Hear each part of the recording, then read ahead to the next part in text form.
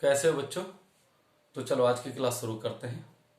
हमारा टॉपिक चल रहा है सिंचाई की विधियां, जिसमें हम चौके बार द्रोणी सिंचाई विधि के बारे में अध्ययन कर चुके हैं। आज हम बात करते हैं सिंचाई की अगली विधि के बारे में। सिंचाई की अगली विधि है बॉर्डर पट्टी सिंचाई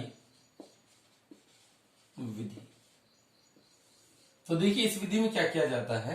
इस विधि में जो हमारा खेत होता है उस खेत को लंबी व चौड़ी पट्टियों में बांट लिया जाता है और ढाल के अनुसार इन क्यारियों में पानी छोड़ा जाता है, जिसमें पानी एक पतली परत के रूप में क्यारी के अंत तक जाता है। और यह विधि सामान्यतः ऐसी फसलों के लिए अपनाई जाती है जो फसलें हमारी सघन होती है, जैसे गेहूं है, जौ है। तो इन फसलों के लिए हम इस विधि को आसानी से काम में ले सकते हैं। ठीक है, तो चलो ये तो बात हुई विधि की। अब हम बात करते हैं इस विधि के लाभ व हानियों की, कि इस विधि के लाभ और हानियां कौन कौन सी है। तो सबसे पहले हम लाभ की बात करते हैं। इस विधि का सबसे पहला लाभ यह होता है कि यह एक सरल विधि है। दूसरा, इस विधि में कम मजदूर की आवश्यकता होती है। तीसरा,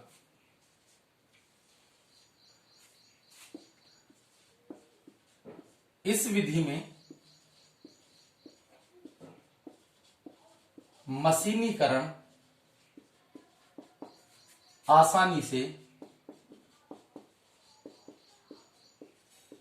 किया जा सकता है। मशीनीकरण का यहां पर अर्थ यह है कि यदि हम खड़ी फसल में निराई गुड़ाई करते हैं तो मशीनों द्वारा आसानी से किया जा सकता है। ठीक है, चलिए ये तो इसके लाभ की बात। अब हम इसकी हानियों की बात करते हैं कि इस विधि की हानियां क्या है। ठीक है, सबसे पहली हानि क्या है कि इस विधि को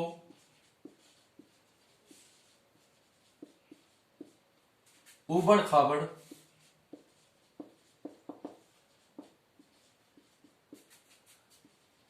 जमीन में उपयोग नहीं ले सकते। ठीक है, दूसरा, कम जल प्रवाह वाले क्षेत्र, कम जल प्रवाह वाले क्षेत्रों के लिए उपयुक्त नहीं।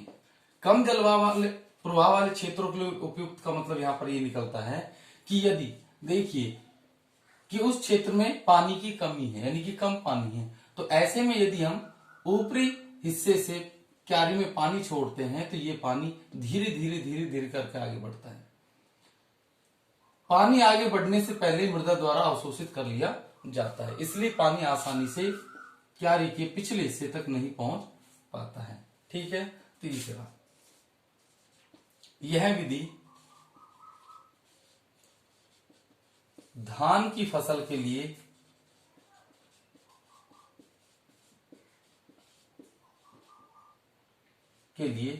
उपयुक्त नहीं है, अर्थात अच्छी नहीं मानी जाती है।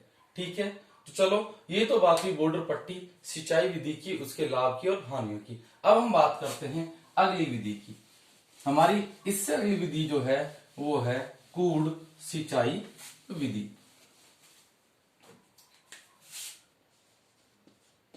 कूड़ सिंचाई विधि, देखिए इस विधि का उपयोग सामान्यतः ऐसी फसलों के लिए किया जाता है जो फसलें कतार के रूप में बोई जाती है, जैसे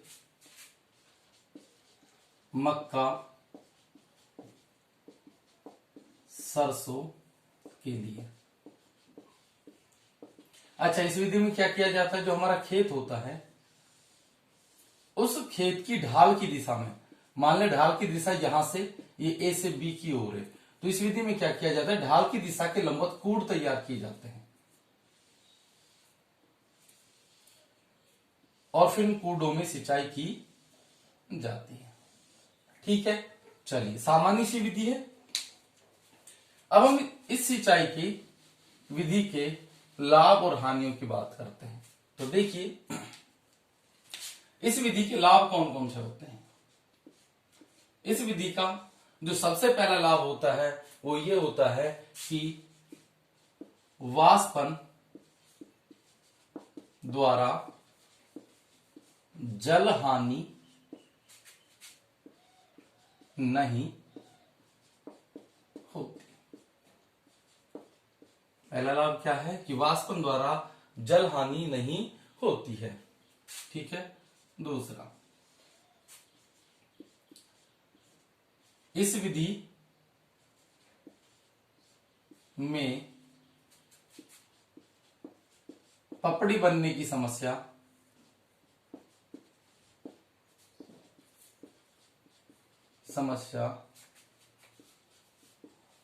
उत्पन्न नहीं होती। ठीक है, तीसरा, सरल व आसान विधि है। चौथा, इस विधि में मेड़ व क्यारियों की कम आवश्यकता होती है। तो इस विधि के लाभ कौन कौन से, वाष्पन द्वारा जलहानि नहीं होती है, इस विधि में पपड़ी बनने की समस्या उत्पन्न नहीं होती, तीसरा सरल व आसान विधि है, और चौथा क्या, मेड़ व क्यारियों की कम आवश्यकता होती है। तो ये तो बात हुई लाभ की। अब हम इस विधि की हानियों की बात करते हैं। इस विधि की हानियां कौन कौन सी होती है। सबसे पहले हानि, इस विधि में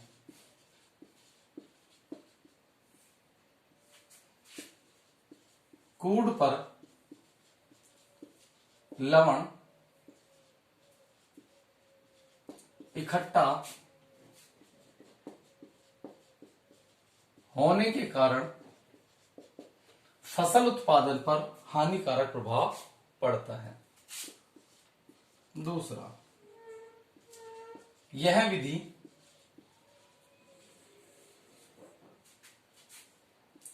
अधिक वर्षा वाले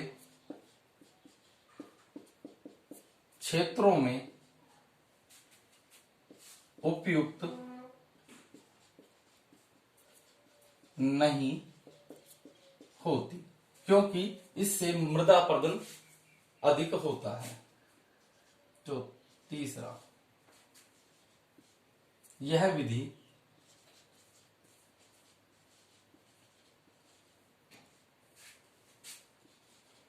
बलुई मृदा वाले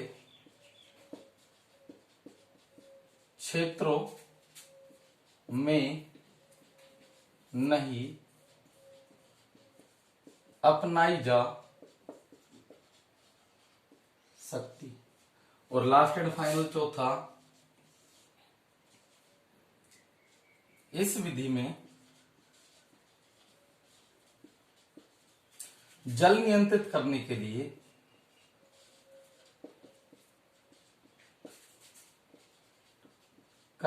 लिए कुशल